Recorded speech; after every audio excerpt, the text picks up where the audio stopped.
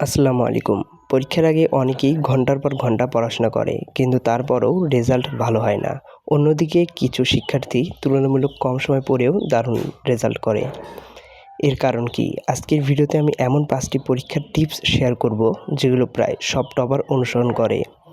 আর শেষের টিপসটি মেনে চললে আপনার পরীক্ষার প্রস্তুতি বড় পরিবর্তন আসতে পারে।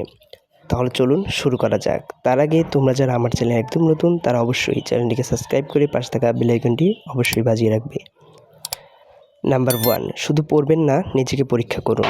অনেকেই বই বারবার পড়ে, এতে বিষয়টি পরিচিত লাগে, কিন্তু সত্যি মনে থাকে কি না সেটা বোঝা যায় না। টপাররা কি করে? তারা একটা অধ্যায় পড়ার পর বই বন্ধ করে নিজের ভাষায় লিখে বা বলে মনে করার চেষ্টা করে। এইভাবে পড়লে কোথায় দুর্বলতা আছে তা সহজে বোঝা যায় এবং মনে রাখাও সহজ হয়। নাম্বার 2, একটানা অনেকক্ষণ পড়বেন না। অনেকে টানা 3 থেকে 4 ঘন্টা পড়ে, এতে মনোযোগ কমে যায়। এর বদলে 45 থেকে 50 মিনিট মনোযোগ দিয়ে পড়ুন। তারপর 10 মিনিট বিরতি নিন। বিরতির পর আবার নতুন করে পড়া শুরু করুন। নাম্বার 3, শুধু পড়লেই হবে না, লিখে অনুশীলন করুন। পরীক্ষায় তো লিখতেই হবে, তাই গুরুত্বপূর্ণ প্রশ্নগুলো সময় ধরে লিখে প্র্যাকটিস করুন। এতে আপনার হাতের গতি বাড়বে, সময় ব্যবস্থাপনা ভালো হবে এবং আত্মবিশ্বাসও বাড়বে। নাম্বার 4, সব বিষয় একসাথে পড়বেন না। সারাদিন একই বিষয় পড়লে বিরক্তি আসে, তাই বিষয় পরিবর্তন করুন। যেমন 1 ঘন্টা গণিত, এরপর ইংরেজি, তারপর বিজ্ঞান। এতে পড়ার প্রতি আগ্রহ বজায় থাকে।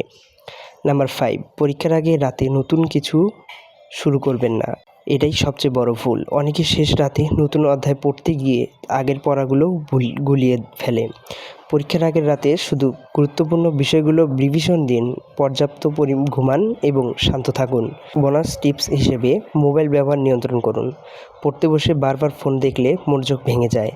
পড়ার সময় ফোন সাইলেন্ট রাখুন এবং কিছু দূরে রাখুন। আজকের এই 5টি টিপস যদি নিয়মিত অনুসরণ করেন, তাহলে পরীক্ষার আরও কার্যকর হবে এবং পরীক্ষার ভালো করার সম্ভাবনা বাড়বে।